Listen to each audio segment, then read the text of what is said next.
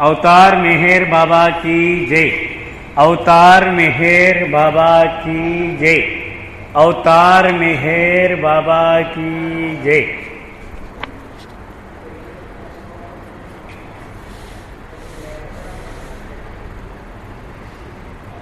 1925వ సంవత్సరము మార్చి ఏప్రిల్ నెలల్లో కథాంశం నడుస్తూ ఉన్నది. బాబా మెహరాబాద్లో శాశ్వతంగా మకాం ఉండడానికి ఏర్పాట్లు ప్రారంభిస్తూ ఉన్నటువంటి ముచ్చట్లు మనం చదువుకుంటూ ఉన్నాం. ముఖ్యంగా పురుష మండలి వాళ్లకు, స్త్రీ మండలి వాళ్లకు కఠోరమైనటువంటి విధేయత అనేటువంటి విషయం మీద శిక్షణ ఇస్తూ ఉన్నటువంటి సంఘటనలు మనం అనేకం చదువుకున్నాం పోయిన వారం. అలాగే ఉపాసనీ మహారాజ్ యొక్క జన్మదిన వేడుకలు కూడా బాబా ఎంత శ్రద్ధగా జరిపారు అన్నవి కూడా మనం పోయిన వారం చదువుకున్నాం. ఈ నజ అనేటువంటి స్త్రీ మండలి సభ్యురాలు ఎవరండి? నజ బాబా స్వయంగా పిన్ని కూతురు. ఆవిడ హాస్పిటల్లో ఉన్న రోగులకు, మండలి వాళ్లకు, అలాగే హజరత్ బాబాజాన్ స్కూల్లో చదివే విద్యార్థులకు వీళ్ళందరికీ వంట చేయాల్సి వచ్చేది. ఒక్కళ్ళు కూడా సాయం చేసేవాళ్ళు కాదు. ఎందుకని ఎవడి పని వాడికి ఉండేది. ఈవిడ అంత పని చేస్తూ చేస్తూ ఎప్పుడూ మనసులో అనుకునేరా, మెహరా పని చూడండి ఎంత బాగుందో. ఎప్పుడు బాబా పక్కన కూర్చోవడం, ఆయన నీళ్ళు అడిగితే పరిగెత్తుకు నీళ్లు తేయడం, టీ అడిగితే టీ తేయడం, నా పని ఇలా అయిపోయింది అని ఆవిడ తరచూ బాధపడుతూ ఉండేది. ఓపికగా ఆవిడ పని మాత్రం ఆవిడ చేస్తూనే ఉండేది. కానీ మనసులో మాత్రం ఈ వ్యధ ఉంటూ ఉండేది, నా పని ఇలా అయిపోయింది. ఆవిడ హాయిగా బాబా పక్కన కూర్చొని ఆనందిస్తూ ఉంది. బాబాతో మాట్లాడడమే ఆవిడ పని అని. ఒకరోజు బాబా ఈవిని కబురు పంపించారు. నీకు కథ చెబుతాను కూర్చో అన్నారు బాబా. అక్కడ మనం పోయిన వారం ఆపాం. మరి ఎంతమందికి గుర్తుందో నాకు తెలియదు. కానీ ఆ కథ విషయం ఏమిటంటే, క్రైస్తు ప్రభు ఆయన శరీరంతో ఉండే రోజుల్లో ఆయనకి ఇద్దరు అతి ఆప్తులైనటువంటి స్త్రీ శిష్యులు ఉండేవారు. ఒక ఆవిడ పేరు మేరీ, మరొక ఆవిడ పేరు మార్త. వీళ్ళిద్దరూ కూడా సమానంగా క్రైస్తు అంటే ఇష్టం, క్రైస్తుకు కూడా వీళ్ళిద్దరూ అంటే అంత ప్రేమగా ఉంటూ ఉండేది. కానీ మేరీ ఎప్పుడు క్రైస్తు పక్కన కూర్చొని ఆయనతో మాట్లాడడం, ఆయన వివరణలు ఇస్తూ ఉన్నప్పుడు అవన్నీ నోట్ చేసుకోవడం, ఇది చేస్తూ ఉండేది. ఈ మార్త అనే ఆవిడ వంటగదిలో వంటలు వండడం చేస్తూ ఉండేది. ఎప్పుడు ఈవిడ లోపల అనుకుంటూ ఉండేదట. బాబా చెప్తూ ఉన్నారు ఈవిడికి, నజాతో, నా బ్రతుకు ఇలా అయిపోయింది, ఆవిడ పని ఇలా ఉంది, ఎంత హాయి, ఎందుకు ఇలాగో అని స్వయంగా క్రైస్తునే అడిగేసిందట ఆవిడ. అప్పుడు క్రైస్తు ఇలా సమాధానం చెప్పాడు. ఒక్కొక్కడికి ఒక్కొక్క రకమైన సంబంధము ప్రత్యేకంగా నాతో ఉంటుంది. దాని ప్రకారము వాళ్ళ పాత్రలు నిర్ణయించబడుతూ ఉంటాయి అని చెబుతూ బాబా చెప్పారు. ఒక్కడికి ఒక సంస్కారముల మూట ఉంటుంది, మరొకటి మరొక రకమైన సంస్కారముల మూట ఉంటుంది. అందుచేత ఎవడి సంస్కారాలకు సరిపడా వాడికి వాడి బాధ్యతను అప్పగిస్తూ ఉంటాను. అందరూ చేసేది ఒక్కటే. కార్యకర్తలుగా కూడా మనం ఎప్పుడూ గుర్తుపెట్టుకోవాలి. స్పీచ్లు ఇచ్చేవాడు చాలా గొప్పవాడు, ఆకులు తీసేవాడు పనికిరానివాడు, పాటలు పాడేవాడు గొప్పవాడు, ఏమి లేకుండా బయట ప్లేట్లు కడిగేవాడు వాడ చిన్నవాడు. ఇది నిజము కాదు. అది బాబా చెప్పేది. అన్ని పాత్రలు ఆయనకి అవసరమే. ఒకడికి ఒక పాత్ర, ఒకడికి ఒక పాత్ర. వాడు ఎక్కువ కాదు, వీడు తక్కువ కాదు. అన్ని పాత్రలు సమానమే. అందుచేత అటువంటి సంశయాలు నీ మనసులో పెట్టుకోవద్దు అన్నారు. ఆ నిమిషంతో ఆవిడికి పటాపంచలు అయిపోయినాయి, తీరిపోయింది ఆవిడ వ్యధ. ఎందుకని మెహరాకు ఆ రకమైన సంస్కారములు ఉన్నాయి కనుక ఆ రకంగా ఆవిడ ప్రవర్తించాల్సిన పరిస్థితి ఉంది. ఒకసారి బాబా అన్నారు, నా మండలి వాడు అలోబాని చూశారు కదా మీరంతా అన్న. చూశాం బాబా. వాడు ఒక్కొక్కసారి వికారంగా కనపడుతూ ఉంటాడు కదా, వాడి ప్రవర్తన, వాడు మాట్లాడే విధానము కొంచెం అపసవ్యంగా ఉంటుంది, అవునా అన్నారు. అవునన్నారు అందరూ నిజాయితీగా. అప్పుడు బాబా అన్నారు, కానీ వాడు మాత్రం 100కి 100 పాళ్ళు వాడు చేయాల్సింది చేస్తూ ఉన్నాడు, నాకు ఒక్కడికే తెలుసు. వాడి సంస్కారములు అలా ఉన్నాయి కాబట్టి వాడు అలాగే ప్రవర్తించి తీరాలి, అలాగే జరిగేలాగూ నేను వాడికి సాయం చేస్తూ ఉన్నాను. అందుచేత మీ సర్టిఫికెట్లు వాడికి అనవసరం. వాడి సంస్కారములు ఎలా ఖర్చు అవుతున్నాయి అన్నదే నేను చూస్తూ ఉంటాను అన్నాడు. అందుకని ఒకడికి ఒకటి అవసరం, ఒకడికి ఒకటి అవసరం. వెంటనే ఆవిడికి సత్యమేమిటో తెలుసుకుంది. ఇక అప్పటి నుంచి నిండు హృదయంతో పూర్తి బాధ్యతతో ఆవిడ పనులు ఆవిడ చేస్తూ ఉండేది. మనం పోయిన వారాల్లో చదువుకున్నాం. బాబా మెహరాబాదులో మకామును ప్రారంభించిన రోజుల్లో మొట్టమొదట స్కూల్ ప్రారంభించారు.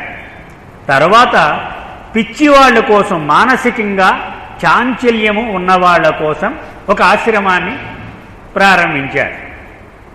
ఆయన స్వయంగా సపర్యలు చేస్తూ ఉండేవారు.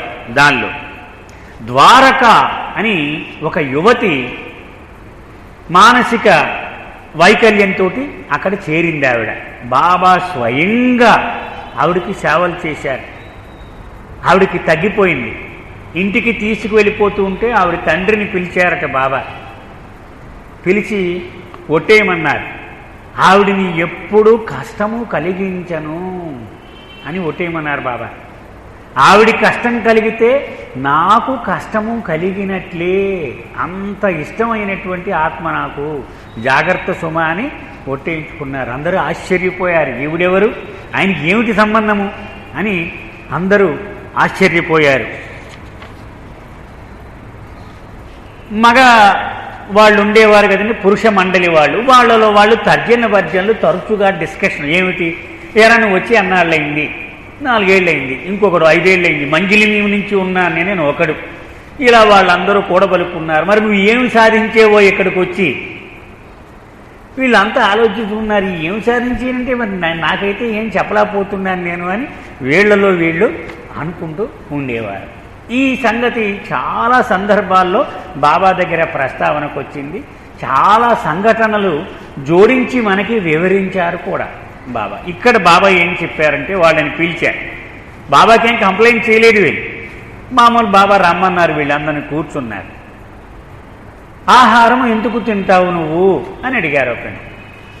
అంటే మరి శరీరానికి శక్తి కావాలి కదా, పని చేయాలంటే ఆహారం కావాలి కదా, అందుకని అన్నాడు.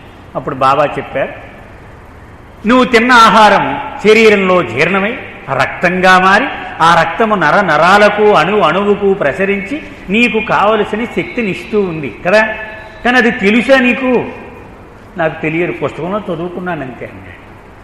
తెలియకపోయినా దాని వలన, ఈ తినడం వలన ప్రయోజనం ఎంత కలగాలో అంతా నీకు చేకూరుతూ ఉందా లేదా? ఉంది అని. అలాగే నాతో సాంగత్యము చెయ్యడం వలన ఎంత ఆధ్యాత్మిక ప్రయోజనం కలగాలో మీకు కలుగుతూనే ఉంది, మీకు తెలియకపోవచ్చు. అది మరొక సందర్భంలో బాబా అన్నారు, ఒక సద్గురువు యొక్క సమక్షంలో, అవతార పురుషుని సన్నిధానంలో ఉన్నప్పుడు ఎలాగూ లాభం ఉంటుందంటే, చంటి బిడ్డ పుట్టాక 2.5 కేజీలు ఉంటాడు. ఒక 2 నెలలు పోతే 5 కేజీలు అవుతాడు. 2 నెలలు ఉంటే 10 కేజీలు అవుతాడు. ఎలా అవుతున్నాడు వాడికి ఏమన్నా తెలుసా? బాబా స్వయంగా చెప్పారు, వాడికి ఒక లివర్ ఉందని, వాడికి 2 కిడ్నీలు ఉన్నాయని, ఒక గుండెకాయ ఉందని ఇవేమీ తెలియదు. కానీ వాటిలంతటవే ఆహారాన్ని తీసుకుంటూ పెరుగుతూ ఉంటాయి. అలాగే నీవు ఇసుమంత కనిపెట్టలేకపోయినా నా సన్నిధానము యొక్క ప్రయోజనము నీకు అందుతూనే ఉంటుంది అని ఒకసారి వివరణ ఇచ్చారు. మరొక సందర్భంలో సోదరుడు ఇరిచ్, చాలా మందికి తెలిసే ఉంటుంది కదా, ఒక బంధువు వచ్చాడు చూడ్డానికి మేరాజాదిలో. వాడికి ఇరిచ్ చాలా పెద్ద కుటుంబం, వాడు ఇంజనీర్ చదువుకున్నాడు, ఇలా సన్యాసి అయిపోయాడని బాధ వాడికి లోపల. చూడ్డానికి వచ్చి, ఏరా ఎన్నాళ్ళు ఉంటున్నావు, ఏమి సాధించావురా నువ్వు అన్నాడు. ఆలోచనలో పడ్డాడు ఇరిచి, ఏమి సాధించాను, ఏమి సాధించి అని ఆలోచించాడు. పోనీ డిస్కోర్సెస్ ఏమైనా కంటెస్ట్ వచ్చింది, అది లేదు. పోనీ ఆయన ఏమన్నా మెచ్చుకుంటున్నాడు, అది లేదు. నువ్వంతా పనికి మాలిన వాడు, సరిగా చేయటం లేదని ఆయనే తిడుతూ ఉన్నాడు. సరే ఆలోచనలో ఉన్నాడు. రాత్రి అంతా ఆలోచిస్తూ ఉంటే మన్నాడు బాబా చూశారు. ఏమిటి సంథింగ్ ఏదో నీ బాధ ఉంది నీ బుర్రలో చెప్పేమిటో అన్నారు. బాబా ముందు చెప్పాడు. ఎవడో బంధువు వచ్చాడు బాబా, నిన్న ఇలా అడిగాడు, దానికి సమాధానం నేను నిజంగానే చెప్పలేకపోయాను, ఇప్పటికీ ఆలోచిస్తూనే ఉన్నాను అన్నాడు. అప్పుడు బాబా చెప్పాడు, అది నీ తప్పు కాదు, వాడు అడిగిన ప్రశ్న తప్పు అన్నాడు. అదేమిటన్నాడు. వాడు ఏమడిగి ఉండాలి? బాబా దగ్గరకు వచ్చాక నీ నుంచి ఏమేమీ పోయేవి, బయటికి ఏమేమి తగ్గిపోయాయి అని అడిగితే కోపం పోయింది, పగ పోయింది, ద్వేషం పోయింది, స్వార్థం పోయింది, కామం పోయింది, పెద్ద లిస్టు చెప్పగలిగి ఉండేవాడు. కానీ వాడు ఏమడిగాడు? నువ్వు ఏమి సంపాదించావు అని అడిగాడు. అందుచేత నీవు చెప్పలేకపోయా. అందుకే బాబా ఒక సందర్భంలో ఉన్నారు, నేను అంటకత్తెరి వేసేవాడిని, అంటే నీకు ఉన్నవి తీసేసేవాడినే కానీ కొత్తగా నీకేమి ఇచ్చేవాడిని కాదు. కారణం నీకు సర్వస్వము స్వంతమై ఉన్నాయి, ఆ విషయం నీకు తెలియదు అంతే. మనం ఎప్పుడు ఉదాహరణ చెప్పుకుంటూ ఉంటాం. సర్కస్లో ఏనుగును కట్టేస్తారు, ఒక చిన్న ఇంత రాట కట్టేస్తారు, దాన్ని అది తిట్టుకుంటూ ఉంటుంది, వీడి మొహం మండ వీడి కట్టేశాడు నన్ను, ఇలాగ ఇంత బలం ఉండి ఇలా వీడి బందీ అయిపోయాను అని. కానీ అది నిజంగా కాలు విదిలిస్తే అది ఆగదు. కానీ చిన్నతనం నుండి దాన్ని అలా మైండ్ కండిషన్ చేసేసాడు వాడు యజమాని. అందుకని అలా పడి ఉంటుంది. ఒక్కసారి కాలు విదిలిస్తే మొత్తం టెంటే పడిపోతుంది. అలాగూ సర్వశక్తి సంపన్నులు మనలో ప్రతివాడు అన్నారు బాబా. సర్వస్వము నీలో ఇముడి ఉంది. కానీ నీ మైండ్ చిన్నతనం నుండి ఏం చెబుతోంది? నువ్వు ఫలానా వాడు, నీకు నెలకి 20,000 ఉద్యోగం, జాగ్రత్త జాగ్రత్త, నీకు ఆరోగ్యం బాగుండలేదు, నీకు ఏం చేయలేవు నువ్వు అని ఇలా చెప్పడం వలన నీవు అలాగూ తయారైపోయావు. అందుచేత నీకు ఏది ఇవ్వవలసిన అవసరం లేదు, అన్నీ ఉన్నాయి. అన్నిటికీ మించి అనవసరమైన మరికొన్ని వస్తువులు కూడా ఉన్నాయి. అవి తీసేస్తే నీలో ఉన్నటువంటి అంతః సౌందర్యము బయటపడుతుంది. మనం ఉదాహరణ శిల్పం చెప్పుకుంటూ ఉంటాం. మనం సాలార్జంగ్ మ్యూజియంలో రెబెకా అని ప్రపంచ ప్రసిద్ధి చెందినటువంటి ఒక అందమైన విగ్రహం ఉంటుంది. ఎక్కడి నుంచి వచ్చింది ఆ అందము? ఎక్కడి నుంచి వచ్చింది చెప్పండి? ఆర్టిస్ట్ ఏమైనా బయట నుంచి తెచ్చుకొచ్చి దానికి అతికించాడా, తగిలించాడా? లేదు. అది ఒక పెద్ద బండరాయి. దానిలో అనవసరమైన చోట నుండి ఆ ముక్కలుగా చెక్కి తీసేస్తే ఆ రాయిలో దాగి ఉన్నటువంటి సౌందర్యము అంత అపురూపంగా బయట కనపడుతూ ఉంది. అవే మనకు అర్థమైనంత వరకు సంస్కారములు. అనవసరమైన పదార్థములు తీసివేయడమే ఆయన చేసేటువంటి చికిత్స. అది బాబా చెప్పేటప్పటికీ వాళ్ళకి హుషారు వచ్చింది నెమ్మదిగా. అలా బాబా మధ్య మధ్యలో చిన్న చిన్న షాక్ ట్రీట్మెంట్ ఇస్తూ ఉండేవారు. గుల్మాయికి డాలి అని ఒక ఆవిడ కూతురు ఉండేది. ఆదికే ఇరానీలాగే ఆవిడ్ని కూడా బాబాకు అంకితం ఇచ్చేసింది ఆవిడ తల్లి. ఆవిడ ఈ పిల్లలకు ప్రత్యేకించి భోజనం వండేటువంటి పని కొన్నాళ్ళు అప్పగించారు. బాబా మధ్య మధ్యలో ఇన్స్పెక్షన్ చేస్తూ ఉండేవారు. చూశారు, అన్నం ఉడకలేదు. వెంటనే పిలిచారు. అన్నం ఉడికిందా అని అడిగారు. బాబా ఎప్పుడు వండేవాడు రుచి చూడకుండా వడ్డించడము నేరము అని చెప్పేవారు.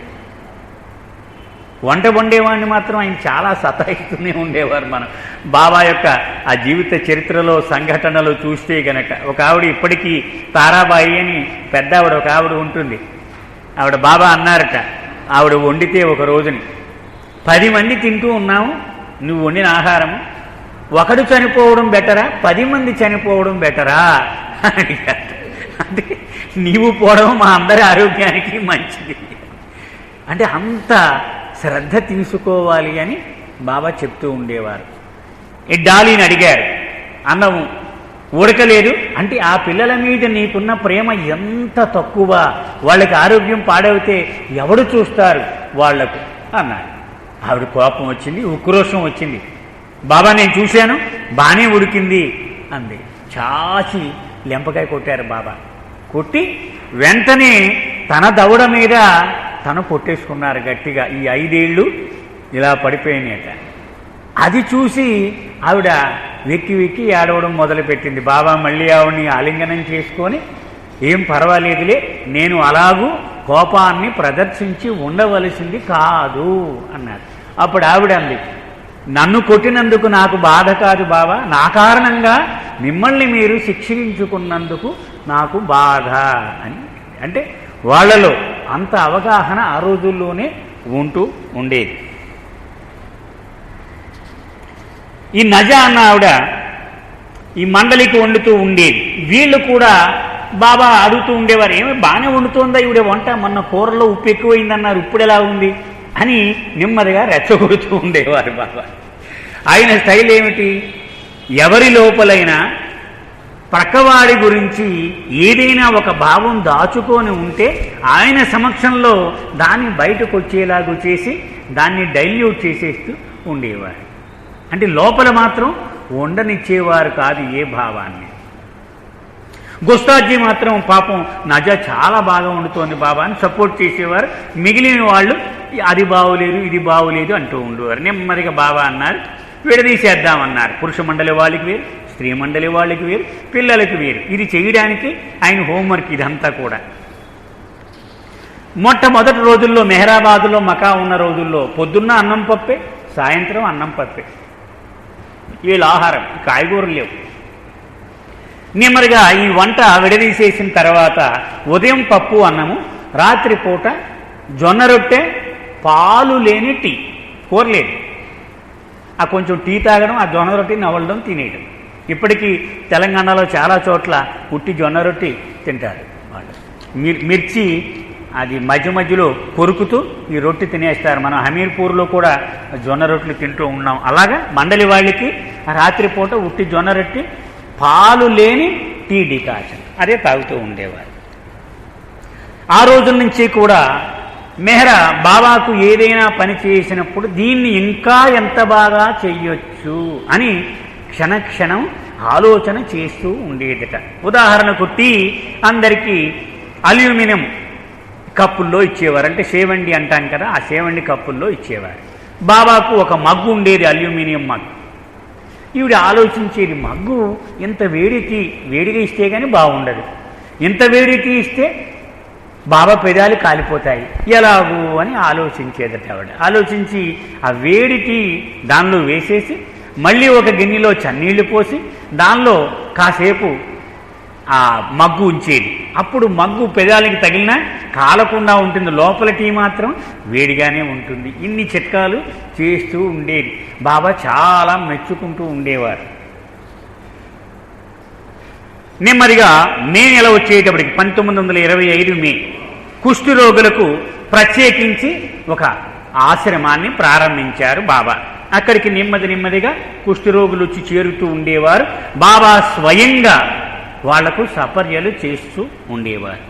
పార్వతి అని ఒక కుష్ఠరోగి వ్యాధి ఉన్నటువంటి ఒక స్త్రీ, ఆవిడ వచ్చి చేరింది. ఆవిడికి నయం అయ్యింది, కానీ బాబా అంటే విపరీతమైన విశ్వాసం ఉండేది ఆవిడకి. ఆవిడ్ని నా లెఫ్టినెంట్ అనేవారట బాబా. అంటే బాబా తరపున ఒక రిప్రజెంటేటివ్, ప్రతినిధిగా ఆవిడ హాస్పిటల్ పనిచేసేది. అడ్మినిస్ట్రేషన్ మొత్తం ఆవిడే చూసుకుంటూ ఉండేదట. ఆవిడ ఎంత విధేయత ఉండేదయ్యా అంటే, ఒకసారి స్త్రీ మండలి వాళ్ళ పట్ల బాబా కోపం వచ్చింది, చాలా కోపం వచ్చింది. వాళ్ళు ఏదో వినలేదు చెప్పింది. వెంటనే పార్వతిని పిలిచారు, కొట్టు అవునన్నారు. చాచి కొట్టింది ఆవిడ. కొట్టేటప్పటికీ ఆ స్త్రీ మండలి వాళ్ళు బాబా, ఆ దెబ్బతిన్న స్త్రీ బాబాతో అందట, ఎంత బాగా చేసింది బాబా, మేము కూడా అంత విధేయతను ప్రదర్శించలేము. అప్పుడు స్త్రీలు అన్నారట, బాబా నువ్వంటే మాకు భయం లేదు, కానీ ఈవిడంటే భయం ఇస్తుంది మాకు, ఎందుకని నువ్వు క్షమిస్తావు, ఈవిడ మాత్రం తప్పకుండా నీకు ఫిర్యాదు చేస్తుంది మా మీద ఏదైనా తప్పు చేస్తే. అంత ఇష్టం బాబాకి ఆవిడంటే.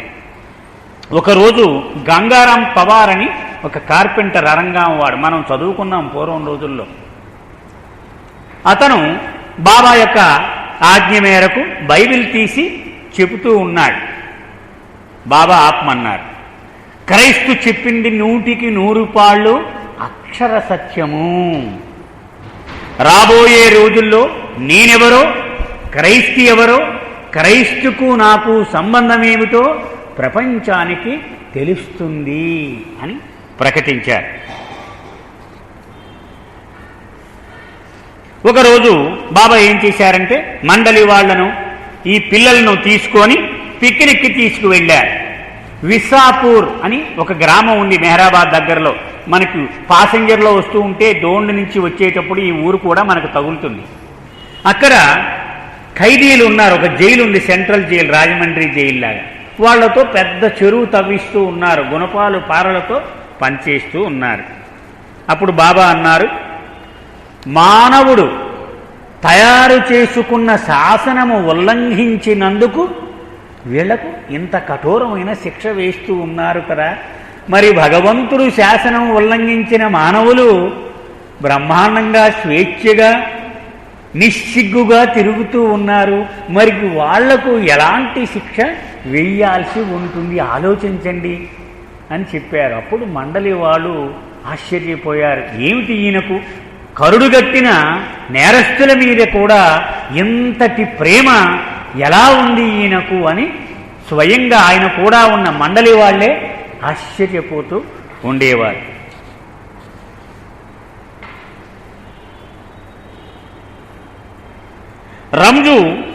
రంజు అబ్దుల్లా, అతనిది లోనావాలా అనేటువంటి ఊరు ప్రక్కగా ఒక గ్రామం. అతను బాబా దగ్గర ఉంటూనే ఒక రైస్ అండ్ ఫ్లోర్ మిల్ ఒకటి అక్కడ ప్రారంభిద్దామని ప్లాన్ చేశాడు. బాబాని అడిగారు, బాబా నీ చేతుల మీదుగా నువ్వు వచ్చి ఓపెన్ చేయాలి, ఫలానా తారీఖున ఉదయాన్నే రావలసింది అన్నాడు. అలాగే అన్నాడు. బాబా లెక్కలు వేశారు. ఉదయం వెళితే మనం వెళ్ళలేం, రాత్రికే వెళ్ళిపోదాం అన్నారు.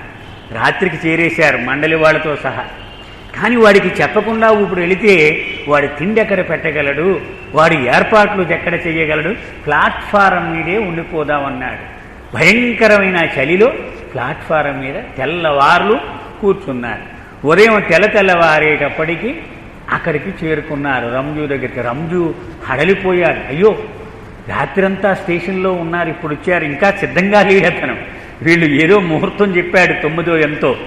బాబా అన్నారు, నీ మిల్లులో ఆడినటువంటి ఫ్రెష్ వస్తువులతో మాకు టిఫిన్ చేసి పెట్టు అన్నారు. అంటే ఎదుటివాడి ఇబ్బంది గురించి బాబా ఎంత నిశితంగా ఆలోచన చేస్తూ ఉండేవారు అనేది మనకు అర్థమవుతుంది.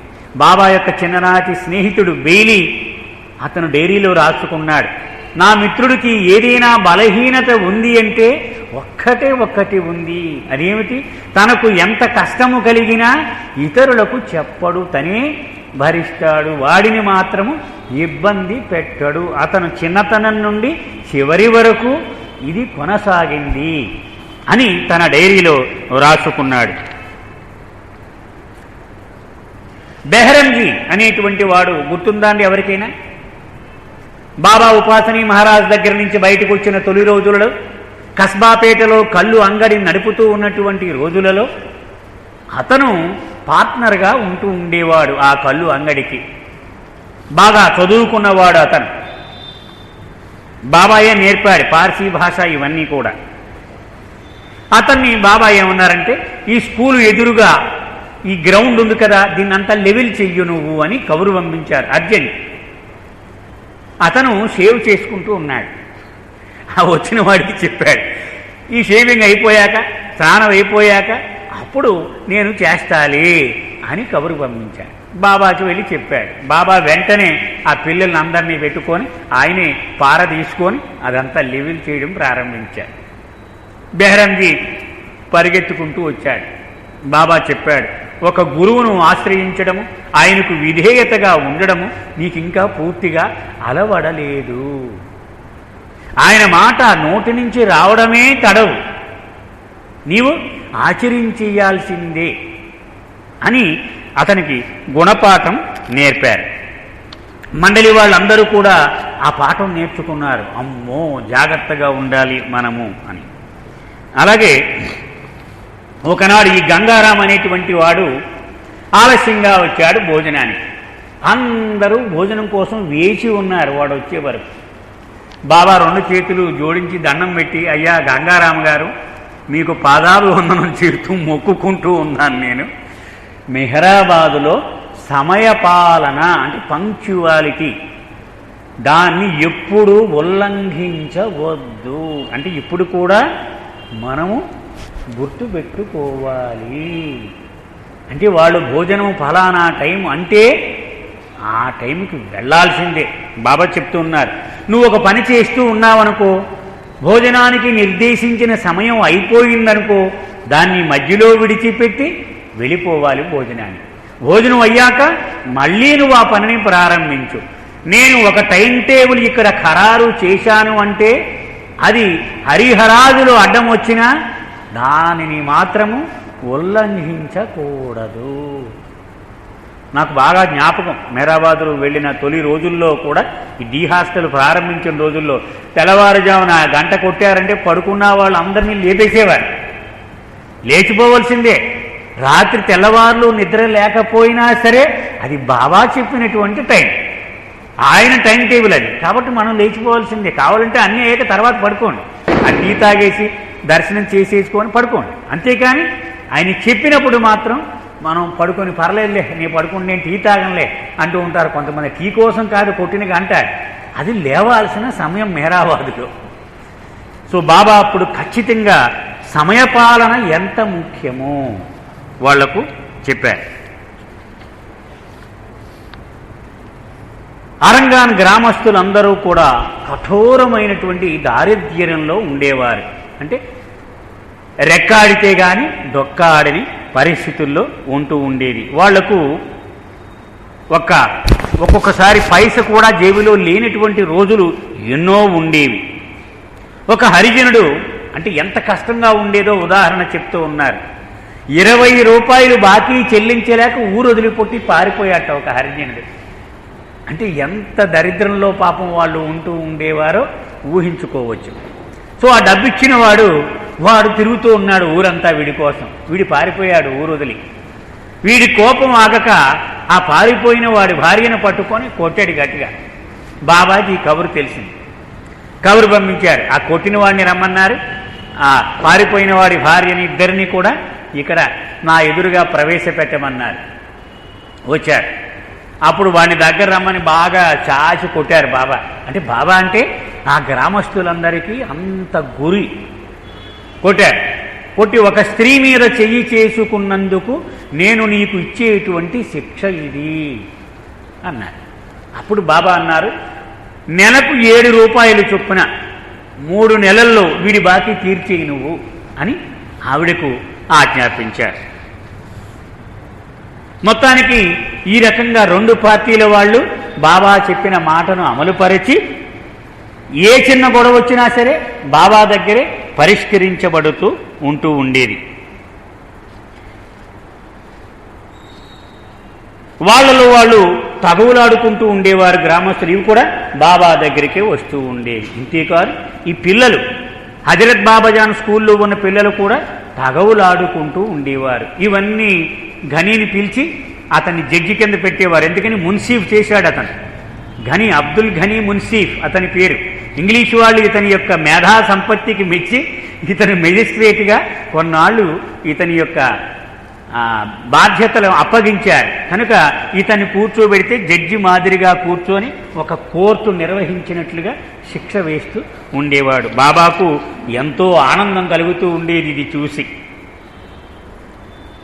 ఒకరోజు గురువు యొక్క ఆజ్ఞను మనము ఎలాగూ అమలుపరచాలి అనే విషయం మీద చాలా గంభీరమైనటువంటి వివరణ ఇచ్చారు. బాబా అప్పటికి మాట్లాడుతూ ఉన్నారు. అది ఇంకా జూలైకి ముందు, అది గుర్తుపెట్టుకోవాలి మనం. అది చాలా గంభీరంగా సుదీర్ఘంగా ఇచ్చారు. ఏమిటది? గురువు నీకు ఒక మాట చెప్పాడు అనుకున్నా, ఒక ఆజ్ఞను, అది అమలు పరిచావు అనుకుందాం. అది నువ్వు చేసినప్పుడు ఇదేమిటి ఇలా ఎందుకు చేశావు అని మళ్ళీ కోప్పడచ్చు గురువు నువ్వు. అయినా నీవు తిరగబడకూడదు. మనకు మరో సందర్భంలో బాబా చెప్పిన కథ, ఆయజ్ ఒక బానిస ఉంటూ ఉండేవాడు. అరబ్ దేశంలో. అతను బానిస అంటే ఎక్కడో కట్టు బానిసలను కొనుక్కుని రాజులు తెచ్చుకుంటూ ఉంటారు. వీడు ఏ పని చెప్పినా చేస్తూ ఉంటారు, పనివాడు కింద లెక్క. రాజుకు ఎంతో ఇష్టం అతనంటే. మంత్రులు సామంతుల యొక్క ఆ మీటింగుల్లో కూడా వీడిని పిలిచి ఎరా ఏం చేద్దామంటావని అడిగేవాడు. మంత్రులకు తల కొట్టేసినట్టుగా ఉంటూ ఉండేది. దేవుడు మా జ్ఞానం ముందు వీడు ఎందుకు పనికొస్తాడు, రాజు మాటి మాటికి వీడిని సంప్రదించడం ఏమిటి అని వాడు నొచ్చుకుంటూ ఉండేవాడు. కానీ రాజుకు మాత్రం వీడి తర్వాతే ఎవడైనా సరే. ఒకనాడు వీళ్ళందరికీ అసూయ పడుతూ ఉండడం గమనించాడు రాజు. ఓహో, వీడి యొక్క పరిస్థితి వీళ్ళందరికీ తెలియాలి అని ఒకరోజు ఒక దర్బారులో కూర్చున్నాడు. తన రాజముద్రిక ఉంటుంది కదండి, వజ్రం ఉన్నటువంటి ఇది పెట్టారు, అక్కడ వజ్రాన్ని పెట్టారు. ఒక పెద్ద ఇంత సుత్తి లాంటిది తెమ్మన్నారు, అక్కడ పెట్టారు. మంత్రిని పిలిచాడు. ఆ సుత్తి పట్టుకొని ఆ వజ్రాన్ని ఒక్క దెబ్బతో చితకొట్టే అన్నాడు. అయ్యో, ఇది ఎంత ఖరీదైనటువంటిది రాజా, దీన్ని ముక్కలు చేయడం అది బుర్రన్నటువంటి పని అవుతుందా, ఇలాంటి ఆజ్ఞ నాకెందుకు వేస్తారు అన్నాడు. సరే పోయి కూర్చో అన్నాడు. ఆ రెండో వాడిని పిలిచారు, ఇంకొక సేనాధిపతిని, వాడికి ఇలాంటి ఆజ్ఞ ఇచ్చారు, వాడు అదే అన్నాడు. అప్పుడు ఈ బానిసని పిలిచాడు, వాడు దాన్ని ఒక దెబ్బ కొట్టాడు, 2 ముక్కలు అయిపోయింది. ఇలాంటి అప్రాచ్య పని చేశావేమిట్రా, దీని విలువేమిటి, ఇదేనా చేయడం అన్నాడు రాజు. తప్పైపోయింది అన్నాడు. అప్పుడు బాబా చెప్తూ ఉన్నటువంటిది అదే, గురువు నీకు మేలు చేయడానికి నీ మేధస్సుకు అతీతంగా ఆయన అనేక రకాలైనటువంటి ప్రవర్తన నీ పట్ల కనబరుస్తూ ఉంటాడు. అది నీ మనసుకు చాలా తప్పుగా, చాలా వ్యతిరేకంగా, అస్తవ్యస్తంగా కనిపించవచ్చు. అయినప్పటికీ ఆయన పాదాల మీద విశ్వాసం ఉంచి నీవు ఎప్పుడు నీ మనసును ప్రశ్నించకుండా దానికి తర్ఫీదు ఇవ్వు అని చెప్పారు. ఆ రోజు చెప్పినటువంటి సుదీర్ఘమైన వివరణ అది. అలాగే ఒకరోజు బాబా ప్రేతాత్మల గురించి చెప్పారు. ప్రేతాత్మలంటే శరీరం అర్ధంతరంగా ముగిసిపోయినటువంటి ఆత్మలకు స్థూల శరీరము దొరకక సూక్ష్మ శరీరము మానసిక శరీరము మాత్రమే ఉండి సంస్కారముల బాకీ ఉండిపోయి అవి లోపల నుంచి సతాయిస్తూ ఉంటే బాధపడుతూ తిరుగుతూ ఉంటాయి అని వాటి గురించి చెప్పారు. వాటిలో కొన్ని ఉన్నతమైనవి కూడా ఉంటాయి. ఆ ఉన్నతాత్మలు సద్గురువులకు అవతారులకు వాళ్ళ చేతిలో పనిముట్లులాగా పని చేస్తూ ఉంటారు. వాళ్ళకి కావాలంటే భౌతిక దేహం కూడా ఇస్తూ ఉంటారు గురువులు అని చెప్పారు. సద్గురువులకు యోగులకు ఉన్నటువంటి తేడాను కూడా ఒకరోజు వివరించారు బాబా. ఎందుకంటే మనము ఎవరి మీద గౌరవం కనపడితే వెంటనే వాడికి బ్యానర్ కట్టేస్తారు, సద్గురు శ్రీ శ్రీ శ్రీ అంటే మన ఉద్దేశం ఏంటంటే వాడిని గౌరవిస్తూ ఉన్నాము అని. కానీ ఆ సద్గురు అనేటువంటిది అది అంత సామాన్యమైనటువంటి విషయం కాదు అనేటువంటి అవగాహన మనకు లేకపోతే అలా అనం కదా. మనం ఎవరో ఇప్పుడు మల్లిక్ గారు వచ్చారనుకోండి, president of India Shri Mallik అని పెట్టను కదా, నేను పిచ్చోడిని అనుకుంటారు. ఎందుకని ప్రెసిడెంట్ ఆఫ్ ఇండియా అంటే మనకు తెలిసి ఒకడే ఉంటాడు, ఎవరికి పడితే వాడికి ఆ పదవి ఇచ్చేయకూడదు. అలాగే సద్గురువు అనేటువంటిది కూడా ఒక 5గురే ఉంటారు. వాళ్ళ స్థాయి వేరు. మనకు గౌరవం ఉందని వాడు చాలా తెల్లగా కళతో వెలిగిపోతూ ఉన్నాడని సద్గురు అని అనకూడదు అని బాబా అంటే మనందరికీ ఇప్పుడు పుస్తకాల ద్వారా తెలిసింది. ఆ రోజులలో స్వయంగా ప్రభు చెప్పినటువంటి విషయం. సద్గురు అంటే కొత్త లోకాలనే సృష్టించగలన సత్తా ఉన్నటువంటి వాడు, అది సద్గురు అంటే. అప్పుడు బాబా చెప్పారు అంటే కావాలంటే కొత్త లోకాన్ని సృష్టించి వెయ్యగలడు. కానీ యోగి అనేటువంటి వాడు కేవలం చిన్న చిన్న కసరత్తులు చేస్తూ ఉంటాడు. ఇనుమును బంగారంగా ఇలాంటి పనులు చేస్తూ ఉంటాడు. ఎండిపోయిన చెట్టును చిగురించి చేయగలడు, పచ్చగా ఉన్న చెట్టును మోడిబారిపోయేలా చేయగలడు. ఇలాంటి చిట్కాలే కానీ పెద్ద పెద్దవి చెయ్యలేడు. అందుచేత ప్రతివాడిని సద్గురువు అని భ్రమపడవద్దు అన్నారు. ఆ రోజుల్లో ఈ హాస్పిటల్ నడుపుతూ ఉండేవారు కదండి, 2 నర్సుగా పనిచేస్తూ ఉండేవాడు.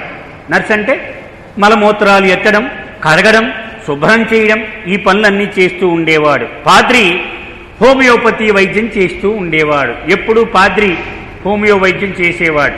బాబా కూడా చివరి రోజుల్లో, చివరి గంటలో కూడా హోమియోపతి పిల్స్ వేసి ప్రయత్నం చేశాడు పాపం. ఇద్దరు రాత్రనక పగలనక కఠోరమైనటువంటి శ్రమ చేస్తూ ఉండేవారు. బాబా మాత్రం ఎప్పుడు సతాయిస్తూనే ఉండేవారు. కూర్చుంటే కూర్చున్నావనేవారు, నుంచుంటే నుంచున్నావనేవారు. ఇదేమిటి ఇలా చేశావు, ఇది ఎందుకు చేశావని ఇలా నిమిషానికి వాళ్లను ఇబ్బంది పెడుతూ ఉండేవారు.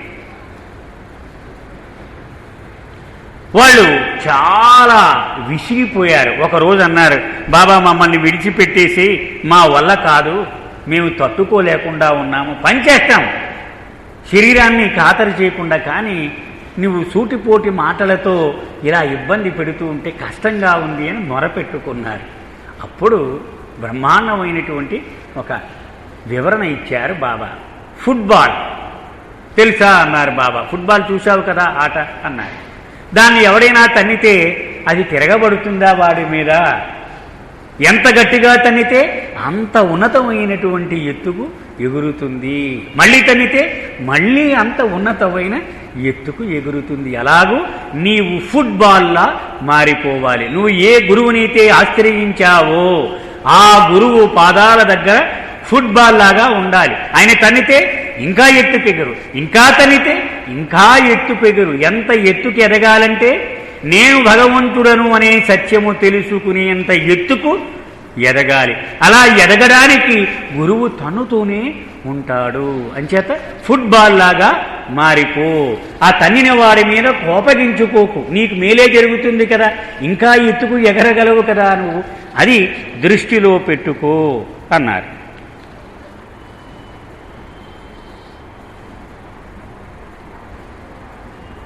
అప్పుడు అలా చెప్పి పాద్రితో అన్నారు, నీవేదో హోమియోపతి మందులు ఇస్తున్నావు కదా, నువ్వేమీ ఆందోళన చెందకు. నీవు మందు ఇచ్చేటప్పుడు నా నామాన్ని తలుచుకో. చికిత్స చేయడం నీ వంతు, దాని ఉపశమనం కలిగించడం నా వంతు, నేను చూసుకుంటాను అన్నారు. ఆ రోజు నుంచి అతను ఏ మందు వేసినా అది తగ్గిపోతూ ఉండేది. ఏ మందు, ఒక పెద్ద రోగానికి కానీ చిన్న రోగానికి కానీ చాలా సుదీర్ఘకాలంగా తగ్గని జబ్బులు కూడా తగ్గిపోతూ ఉండేవి. ఇప్పుడు హైదరాబాదులో కూడా ఆ కోటి సెంటర్లో రాజేంద్ర మెహర్ చేస్తూ ఉన్నాడు. చాలామంది చూసుంటారు మీలో.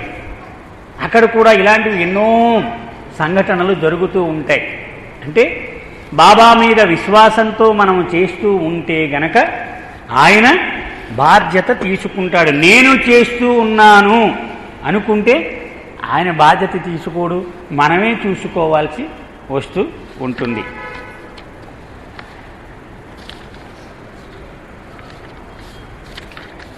నెమ్మదిగా తను ప్రారంభించబోయేటువంటి మౌనం గురించి చిన్న చిన్న సూచనలు ఇవ్వడం ప్రారంభించారు బాబా.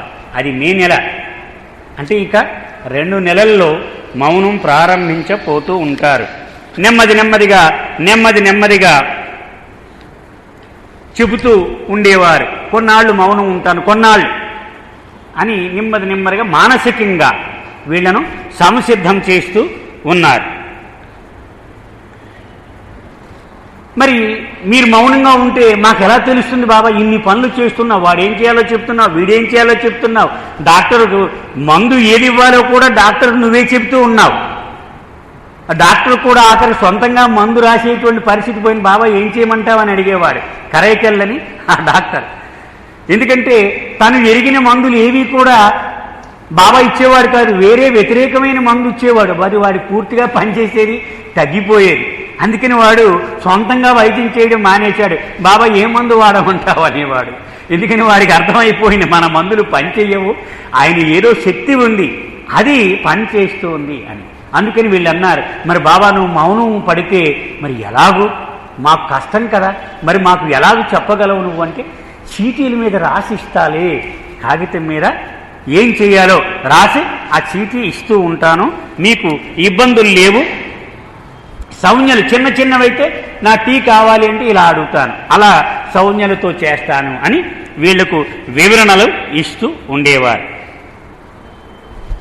బాబా మెహరాబాదులో ఉండేటువంటి ఆ విధానం ఎలా ఉండేదయ్యా అంటే, ఇంచుమించు ఆ రోజుల్లో సుమారు 300 నుంచి 500 మంది మకాం ఉండి ఒక చిన్న టౌన్షిప్ లాగా ఉండేదట మెహరాబాద్.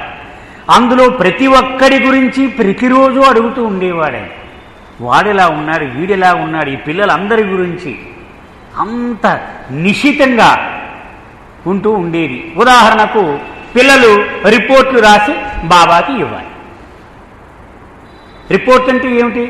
వాడు ఆరోగ్యం ఎలా ఉంది, ఏ టైంకు స్కూల్కి వస్తున్నాడు, స్కూల్లో పాఠం వింటున్నాడా లేదా, వాడు గౌరవిస్తున్నాడా లేదా, తోటి వాళ్లతో అల్లరి చిల్లరిగా ఉంటూ ఉన్నాడా, ఇవన్నీ వాళ్ళ రిపోర్ట్లో రాయాలి. ప్రతి పిల్లవాడి గురించి రాసి బాబాకి రివ్యూ పెట్టాలి. అవన్నీ ఆయన చూస్తూ ఉండేవాడు, ప్రతి వాడికి ఆర్డర్ ఇస్తూ ఉండేవాడు. అంత బిజీగా. అలాగే హాస్పిటల్లో పేషెంట్లకు, వాడికి నేను ఏదో మందు వేయలేదన్నారు, ఈవేళ వేశారా లేదా, అంత మెటిక్యులస్గా అంటే ఖచ్చితంగా సునిశ్చితంగా ఆయన అన్నీ కూడా పట్టించుకుంటూ ఉండేవాడు. జూన్ 4వ తారీఖు అంటే ఇంకా నెల 6 రోజులుంది. ఆవేళ అందరినీ పిలిచారు. ముఖ్యంగా స్త్రీ మండలి వాళ్ళని దగ్గర పిలిచి ఒక ఏడాది పాటు మౌనం ఉండడానికి నేను నిర్ణయించుకున్నాను అని ప్రకటించారు. అంటే మౌనం అంటే ఏంటో కూడా వివరించారు. నా నోటు నుంచి ఏ రకమైనటువంటి మాట కూడా ఇక మీరు వినరు. మీరందరూ కూడా నేను మౌనం ప్రారంభించింది లగాయతు, నా పాదాలు విడిచిపెట్టి ఉండకూడదు. పాదాలు విడిచిపెట్టడం అంటే భౌతికంగా ఆయన పాదాలు పట్టుకొని ఆయన నడవనివ్వకుండా చెయ్యమని కాదు, ఆయనను మాత్రమే ఆశ్రయించి ఉండాలి. అలా కనుక ఉంటే చివరిదాకా ఎవడైతే ఉండగలడో వాడు నా వారసుడిగా చేసేస్తానన్నారు. అంటే నా దివ్య సామ్రాజ్యానికి వాడిని వారసుడిగా చేసేస్తాను, నాకున్నటువంటి పెన్నిధి వాడిది. అంటే పాదాలు పట్టుకోవడం అంటే కొంగు పట్టుకోవడం అనే తర్వాత రోజుల్లో మనం చదువుకుంటూ ఉన్నాం. ఆ కొంగు పట్టుకోవడం గురించి 1925లో తను మౌనాన్ని ప్రారంభించక ముందే మాటల రూపంలో ఎంత గంభీరంగా బాబా చెప్పారో మనం అర్థం చేసుకోవచ్చు. నన్ను గనక పట్టుకొని ఉంటే నా సామ్రాజ్యము, నా పెన్నిది అంతా నీ స్వంతమే అన్నారు. ఇది వచ్చే వారం మనం కొనసాగిద్దామని. అవతార్ మిహిర్ బాబాకి జై.